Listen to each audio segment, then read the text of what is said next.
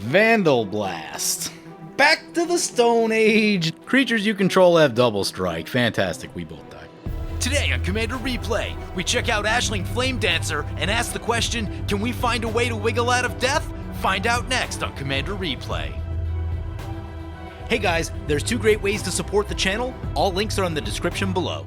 Welcome back, everyone. Playing some Ashling Flame Dancer today. Let's take a look at our opening hand. 4 lands if we cast that. Not a lot of card draw, not a lot of ramp. Is a little bit concerning. Let's see what our opponents are playing. This does look fun with our command. Let's take the free mulligan. Could use just like a little bit more value than that. This is at least value later. The land situation's a little bit worse, though. But we can write a flame and do a bitter thorn. Okay, I like that. We can make that work. So yeah, we got a new Ashling. For any of you that have been following the channel for a while, you'll know that original Ashling is one of my favorite commanders and a deck that I've had put together since 2011. I think it was the 3rd commander deck I ever built, and it's probably like 2 years ago now. But about 2 years ago, I really went on a kick to really beef up and update my old Ashling list. The original Ashling is legit the most mana-hungry commander that I've ever played. And the only other one that even comes close to that is Sisay Weatherlight Captain, but that's easier because it's 5-color. Figuring out how to make the mana in 2-mana Ashling without using a Feast and Famine or a Dockside Extortionist, since those were just kind of like out of my paper budget when I was doing that, was actually an interesting challenge. And the thing that I settled on doing is, 1, you run about 22 pieces of ramp, and 2, you use like Voltaic Key and Manifold Key on multi-producing mana rocks like Soul Ring. Oh, yep, exactly this. You do exactly this combo. And then you put as many like multi-mana producing rocks in the deck as you can. And that actually works pretty well. Now, you are weak to a Vandal Blast. When I was going through that process, I did hypothesize that you could probably also do a ritual style build with that deck, but I would say that this version of Ashling is going to be much more well suited to the ritual style of play. So I cut the Voltaic Key strategy because it doesn't make as much sense with this version of Ashling. Anyway, it brings it to our first turn here. Let us just play this mountain. Opponent had a real fast start over there. Lands Soul Ring Voltaic Key into a Mirror. I guess they're playing colorless, so... Actually, the good news is that, based on their start, they may just activate this Makokoro, and I would love to look at an extra card, try to get another land drop lined up. But with that, let's take a read of our commander. So, Ashling Flame Dancer, 4 mana for a 4/4. You don't lose unspent red mana as steps and phases end. Very cool. Magecraft, whenever you cast or copy an instant or sorcery spell, discard a card, then draw a card. If this is the second time this ability has resolved this turn, Ashling does 2 damage to each opponent and each creature they control. If it's the 3rd time, add 4 red mana. So definitely a lot of callbacks to the original Ashling, but I would say much, much stronger, and importantly, much less mana intense. Because doing anything with the old Ashling just requires tons of mana. You need to leave 6 mana up basically all the time with old Ashling. And with this, it's just going to be a lot easier. And upon my first read of this commander, I'm like, man, that's really cool, except I don't play OG Ashling because it's an easy commander to build, right? Like, I play that commander for the challenge of building and piloting that deck. I find that to be the rewarding aspect of it. This one being as strong as it is, I feel like will be less rewarding overall, though much more powerful, probably a lot more consistent, and probably a lot quicker, which tend to be the things that get valued more these days than like build diversity or something like that. Hey, it activates the Makokoro. Love that. Come on, land.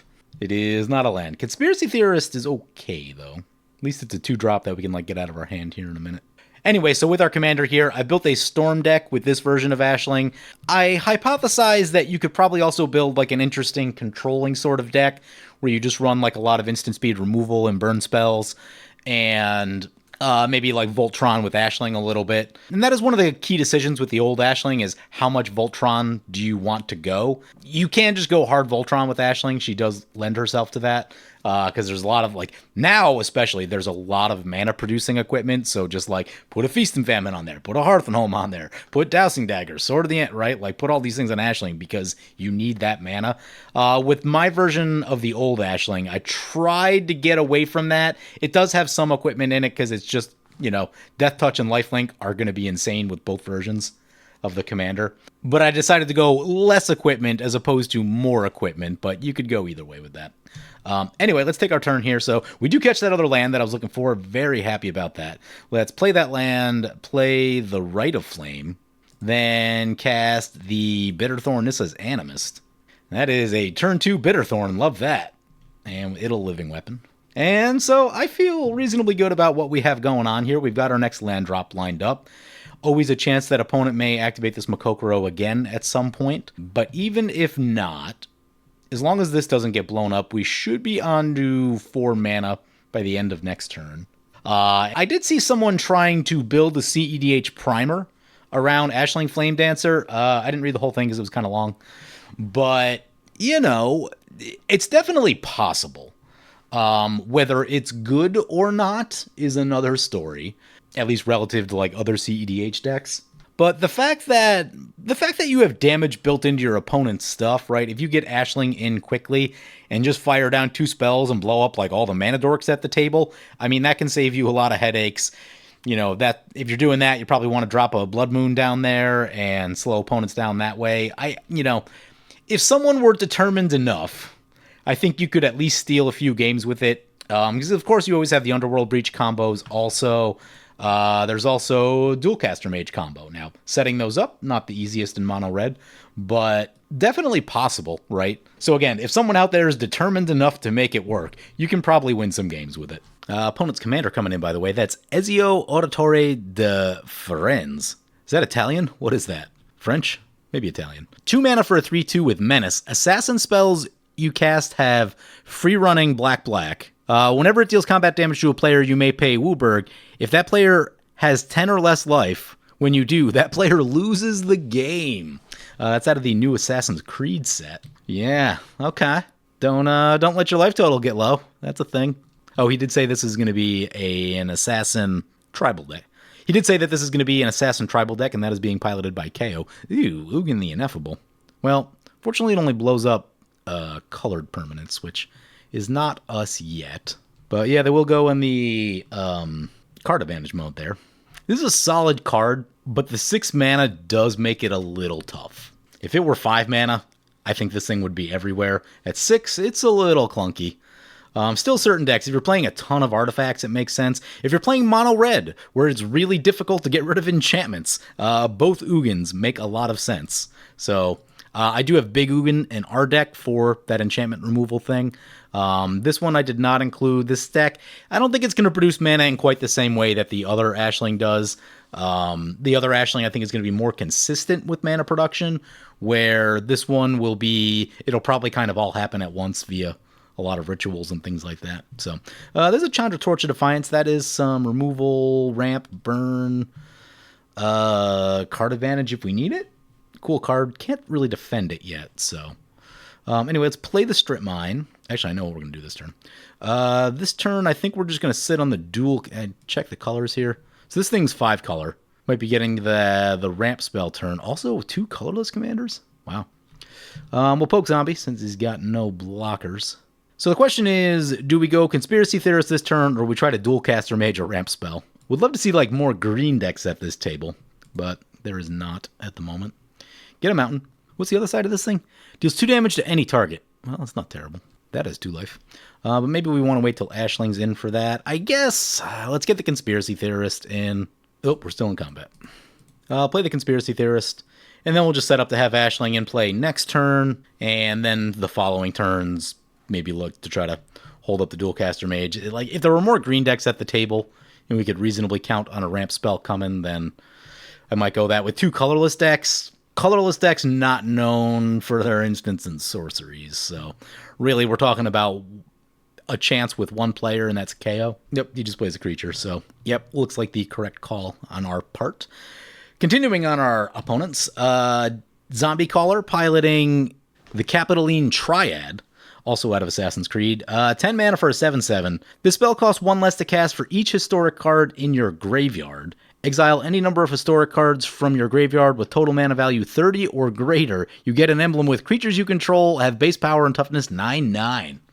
That's fun. KO gonna do some attacks. Love that, though I do wish he was putting a little hurt on the Ugin. Oh, he's gonna block with 1. He could trade that and get rid of KO's thing. This is Mary, Esquire of Rohan. This is out of Lord of the Rings. 2 mana, 2/2 with haste. Has first strike as long as it's equipped. Whenever you attack with Mary and another legendary creature, draw a card. Oh, okay. I see. They were wanting to draw the card. However, going into zombie is safer there, just because of the blocking situation. And KO gets one of these triggers here, but doesn't have the mana, nor the life total requirement. And our final opponent, by the way, is Dwubber, piloting Graaz Unstoppable Juggernaut, one that we've played on the channel. It's an interesting deck. If you can keep it in play, your stuff is huge and does a lot of damage, and that's all fun and exciting. The problem is, it's an 8-mana commander that is colorless, and is also an artifact, so it just gets crushed by removal. And if it gets removed once, it is a problem. Zombie appears to be stuck. We have snow-covered waste now? When did that happen? Is that out? Is that Thunder Junction? Is that what that set is? We are actually a little bit short on instants and sorceries here. We have Reiterate, which probably don't want to burn just all willy-nilly, but yeah, there's a cool 10 mana from Jeff, and the Voltaic Key. Yeah, here comes Graaz, with 5 mana left over. No big deal. You know, that does make killing things much more difficult. It'll take more mana than we have in this exact moment, but I guess that's 4 damage. Some combination of Chandra, our commander, and Virtue of Courage could get some things killed over there. I can't even imagine what's in Zombie's hand if his 4 mana nothing to do. Ooh, exiles the Bitter Thorn. Its controller draws a card. Well, that is not ideal. Okay, he was holding an instant. Wasn't counting on that. Let's see. Oh, wow. Wow, nice play from Zombie. I thought he was just stuck. He was sitting on tricks. Eldrazi's Confluence shoots the Graaz by giving it -3. Wow, okay. Would like to see a land with this card draw. Shatter Skull is kind of a land. Unless we catch another land, it's probably getting played as a land. They're going to plus mode again. Yep. Still has 2 mana left over. But he's down to 3 cards, so that might be a situation where has to go on the Makokoro plan again. Sends a 1/1 over to Zombie. Sends a 2/2 over to our way. Yeah, we'll just take. I don't want to give him the cards just because I want to try to force him to use the Makokoro. Also, I mean, trading this into that just makes no sense, so there is also that. The problem is this thing's kind of loaded up now, and like, if we just cast our commander, they might just shoot it. How about that? 2 spells coming down from the colorless decks. Would have been cool to have a Dualcaster Mage up for that. There's a mountain. Okay, so we can at least hold the Shatter Skull for a second. Play the mountain. Cast Ashling. Actually, let's be smart about this. I think we just cast the Ashling. Hope for the best. Oh, opponent has Tron? Oh, yeah, we might have to strip mine a land. Might have to strip mine a land. Yeah, I mean, we can't just, like, let them sit there with Tron, right? Oh, the problem is we need that mana. I don't want to part with our land yet, especially with Bitter. If we still have the Bitter Thorn, I'd probably do strip mine right here. We'll see how things shape up. I think of just, well, the other thing we could do, we could attack and yeah, maybe we should attack and no. So if we draw and discard, then we can cast the thing, but then we can't. Okay, yeah, let's just stay put. Well, I guess we get a KO, but KO's creatures get cleaned up by us casting 2 spells. So there is that. Oh, let's get hit Planeswalkers. That is notable. Arbaz Mir comes down for the free running. No, has free running. Whenever it or another non-token historic permanent enters the battlefield under your control, deals 1 damage to each opponent, and you gain 1 life. Oh, yeah. Remember covering that one in the preview. Look at these animations. It's kind of interesting. I don't know if that's a glitch or what, but, this one doing it too? Yeah. Yeah, I guess that one's doing it too. Must just be with the Assassin's Creed thing? Weird. There's 1 damage. Flowering of the White Tree. Sweet card. Another damage. 5/3. Menace. Wow. Yeah, we're just going to take. They draw another card. Opponent blocks with a 2/2. They'll get an extra card. Not going to help in relation to us trying to get them to activate Makokoro. Yep, the creature comes in face down. Or the card goes to the hand, rather. Eye of Ugin. Might be seeing some Eldrazi much quicker with that. Colorless spells you cast from your hand have mana value 7 or greater. Have Cascade. That's disgusting. With the Voltaic Key, yeah, that does make absurd amounts of mana. I think we do have to use this strip mine and just eat the consequences. Shoot the tower. Yeah, I mean, also with the Ugin, cost reduction 2, I mean, yeah, that's cast every card in their hand, right? Get their commander back, still have change left over. Need to slow them down a little bit. Losing that land is going to hurt us, though, and I am actually pretty concerned about it. I guess what we could do, I think we can cast Chandra, add the mana, play this as a land, and then that leaves us 3 mana up to either Dualcaster Mage or Reiterate as necessary. They might shoot our commander, though. That would be not great. Yep, they're going to destroy our commander. Okay. And this is what happens when no one attacks the Planeswalker, because, I mean, they still have enough juice to do it again next turn also. Don't love that. So, Ashling goes down. Was concerned about that. Oh, well, Take doesn't untap the land, just untaps Soul Ring. But still, opponent had way too much mana happening over there. So, sad bot. Ashnod's Altar. Amazing. So they sacrifice their token, get an extra card. Sacrifice the Mirror. Get a 1/1. Okay, yeah. So load up the mana, try to get the commander back. Is that what we're doing? Sacrifice the Mirror. Yep, here comes the commander. That's a Sanctum of Ugin trigger. Yep. You may sacrifice Sanctum of Ugin. If you do, search your library for a creature card. Gross. They get Kozilek the Broken Reality. When you cast this, up to 2 target players manifest 2 cards. For each manifested card, you draw a card. Other creatures you control have 3/2. Okay. It's not as disgusting as some of the other ones, I feel like. Notably, this kills that. But then KO probably just kills our Planeswalker. I'll hammer its archive, huh? It's interesting. It's not really a safe attack anywhere. What do we do this turn? Really need mana. Like, we need KO to cast a ramp spell, and then us to, like, be able to copy it is really what we're kind of needing. Well, we're going to play this as a land. Yeah, I mean, I don't think we can defend Chandra in this moment. So it's not really a line of play. I think we're on Dualcaster Mage. Yeah, let's just sit Dualcaster Mage and try to catch a big spell. Need something that values either ramp or card draw. What do we do if we attack? Yeah, there's just no good place to attack. Okay. It's an artifact. That is not a spell. Scry 1, then draw a card. Cost 1 less for each legendary creature you control. 1 damage. Sending this over to DeWubber. He could double block that. 5 damage is a little more, especially with Commander. Oh, you want to just thought about... we probably should have played the Alhammerets. Because if we do that, then we draw 2 and discard 1. Yeah, maybe we should have did that instead. Whoops. I mean, based on how it's going right now, we need a big ritual spell. Mana Geyser, maybe a Jeska's Will with someone with a lot of cards. Now, Jeska's Will Reiterate does some things. Yeah, I think that's where we're at. Need big ritual spell. Another creature. That is not a spell. Not sure that our gamble's going to pay off the way that I'm hoping. Another damage. Scry 1, then draw a card. Yep. Ever-Flowing Chalice. Kicked a lot of times. 3 times. Oh, I'm jealous.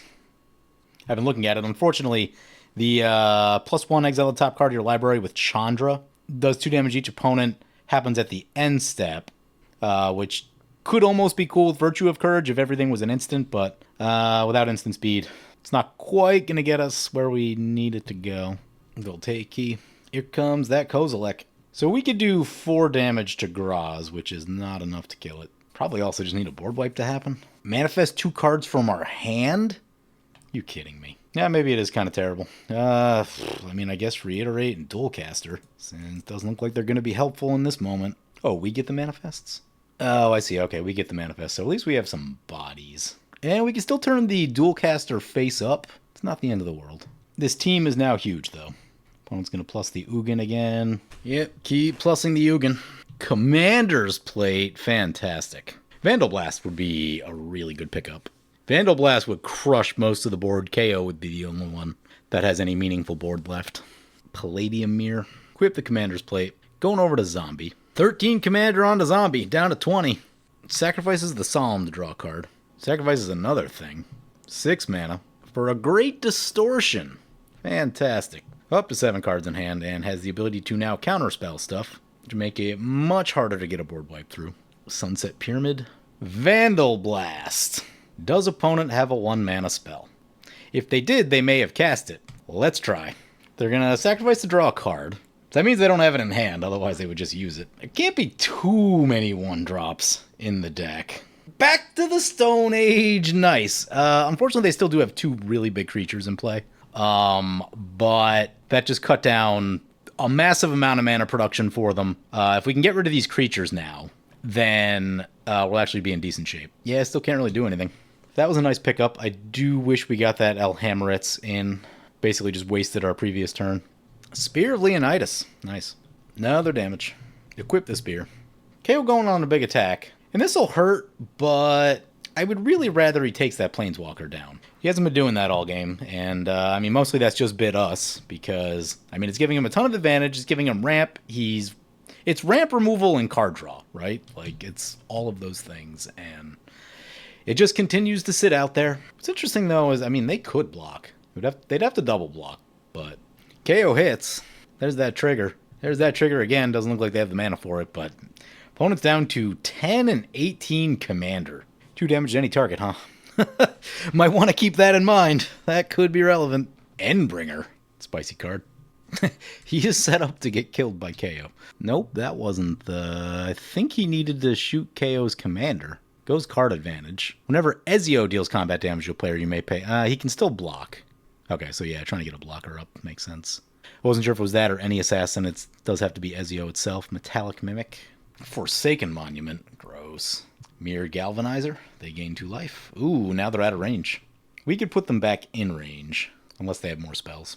Mirror Turbine. Yep. Makes a mirror. There are 2 really big Eldrazi out there. KO's wide open to one of them. Gonna send it over to Zombie. Zombie would have to double block. It does have Menace. And this one over to KO. This might be our chance to try to get some of these setup plays in that we need to make, which we have not been able to do. Really wish we got that the Alhammerets down earlier. Yeah, double blocks. I mean, he has to. He would die otherwise. Is that enough to kill that? No, I don't think it is. It's only 12. Sadly, we don't have anything we can put on top of it. KO's going to take the 11. Zombie loses his creatures. KO down to 22. There's a mountain. Play the mountain. Cast the Alhammerets. Go to combat. Got a poke zombie for 2. Still only our safe attack. But now we can use this ability and discard a card and draw 2. What are we discarding, though? Hammer of Nazan, I guess. I mean, it's good, but we're just so far behind in value that... Grape Shot is a magic card. Might be able to get some stuff done with that eventually. But we do get our next land drop set up, which is important. Oh yeah, we can just let that sit in the graveyard. And then, yeah, we just let that go through and pass like that, and hope nothing gets too out of control. Hope that KO kills DeWubber, or... Yeah, I feel much better about dealing with KO's board than I do with Jeff's board, so... hope KO kills DeWubber, and that all works out. Also, if opponent activates Makokoro at any time, we will draw 2 off of that, and that might be able to get us kind of back into things here.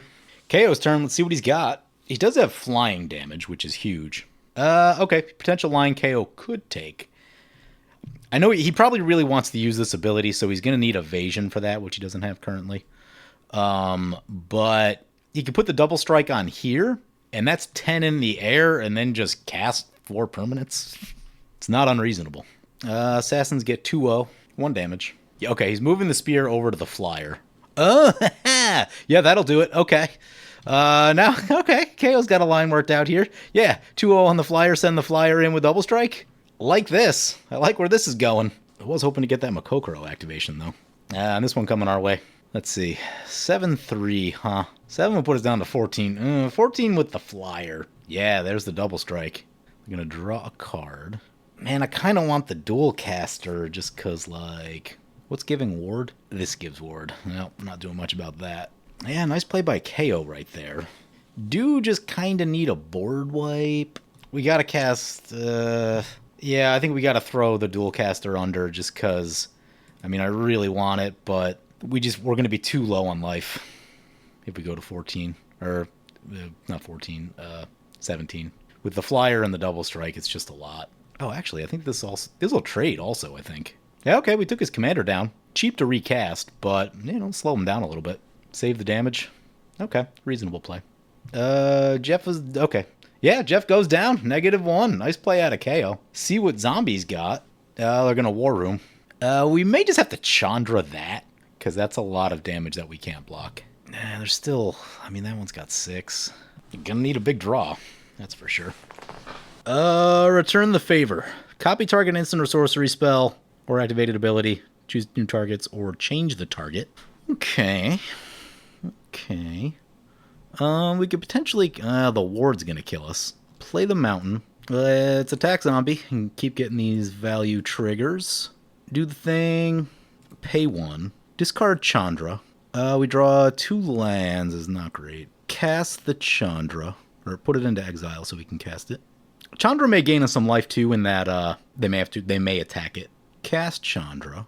Yeah, the ward's gonna kill us here. Because we have 2 mana up, so that could be the 2 mana for the damage right there, but we're gonna have to spend 1 on the ward, so 4 damage to this. Yep, pay the 1. KO's got 6 cards. They've got double strike. We have no blockers. He could probably kill us. Yeah, 2 lands there kind of hurt. Creatures you control have double strike. Fantastic. We both die. He sends 1 there. Yep, that's the game. I do have to wonder if we got the Alhammerith down a turn sooner, what 2 more cards would look like. Oh my god, we survived at 1. Well, I was just about to scoop, but... well, we've got 1 life to make all this work. And a Shadow Spear. That's interesting. Huh. Okay. Probably... Oh god. Oh god. Didn't mean to do that. Didn't mean to do that. I mean, yeah, we probably just got to draw more cards and then throw this guy under the bus. Yeah, the board wipe... A board wipe does things. So send that. Use the ability. Pay 1. Discard the Spine Rock. Oh, Seething Song, huh? Okay. Yeah, they block. So we pay 3. This gives us 5. We pay 3 more, and that'll give us 7. So it'll give us 7 total. Do we need the mana, or do we need to exile off the top with Chandra? That is a question. So, okay, let's think about this. So we cast this. We could theoretically copy it. Actually, we could go 1, 2. Oh, man. Oh, man. Oh, it's close. Ward will probably kill us once again. Ashling can give us more mana if we got Ashling back in. We could Virtue of Courage and then Grape Shot and then try to get to a Bless. There's not enough creatures for Blasphemous Act. I mean, I guess we start by playing the Mountain. Man, could certainly use another card. Is there a way to kill all of the creatures? Well, we're out of the damage mode on that one. So we have a little bit of mana that we could work with. We would burn like every card to do it. So we go that and that. That gives us 7 mana. 1, 2, 3, 4. So we have 11 total. We could have 13 if we use Chandra's ability. Okay. So we would get 7. We could get Ashling back in. We probably need the mana. So that's Ashling plus 1. Then let's just call that the Shadow Spear. We may not have the room for Shadow Spear. Okay, I think we just gotta try it. So make the mana. Oh, Shadow Spear... opponent has double strike, don't they? Yeah, opponent does have double strike. Okay, here's another line. We get Ashling. Well, yeah, because we gain twice the life. Okay, we get Ashling. Then we equip Shadow Spear. What is that, 3, right? Yep, there'd be 3 to do that. And then we just have to make sure that we can get that 2 damage mode. So it'd probably be like that, and then that. Okay, so 6 for Ashling, 9 for the Shadow Spear, and exactly 13 to get the 2 damage trigger, gain a bunch of life, and maybe be able to kill something? Is it possible to get Ashling first? I think it is. Okay, ooh, if we get Ashling first, I think it gets a lot easier, actually. Okay. Ooh, maybe not, because we got a sequence. We need the Shadow Spear to be on Ashling when the ability goes off. But if we get 4 mana back, what does 4 mana back do? 4 mana back. 4 mana back means we could probably like Grape Shot a bunch of things. Okay, cast Ashling. I think that's what we got to do first. We're probably not going to be able to gain the life. Okay. Yeah, because we need a Seething Song. Yep, let's just start this chain. Seething Song holding priority. Ashling ability. So if we can't Power Balance is the only card that we don't really need. That Gauntlet of Might would have been nice. That would have... Yeah, it's not going to do anything this turn. Oh, God. Oh, no. Oh, no. Oh, I messed it up so bad. Oh, my God. Oh, my God. Wow. Okay, is it recoverable? Probably not.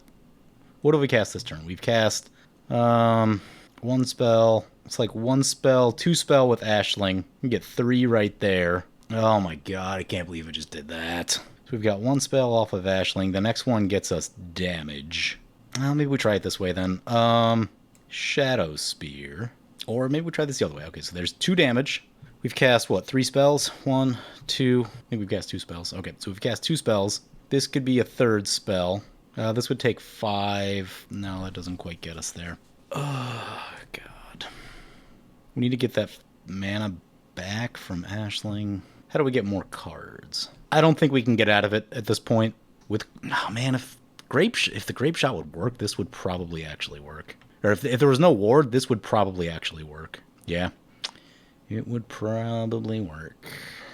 Storm. Ashling. Discard a thing. Gauntlet, I guess. Commune with Lava. Not helpful. Oh, the Storm triggers the mana ability. Okay, maybe we're onto something here. Yeah, so if there was no ward, we could kill all the creatures. And that would be huge. Discard a mountain. Increasing Vengeance, huh? Oh my. Do we have another... We don't have another mana ability.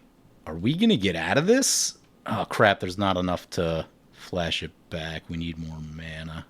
Oh wait, are we getting more mana right here? Discard the mountain, I guess. Earthquake. Earthquake is a board wipe. Is what that is.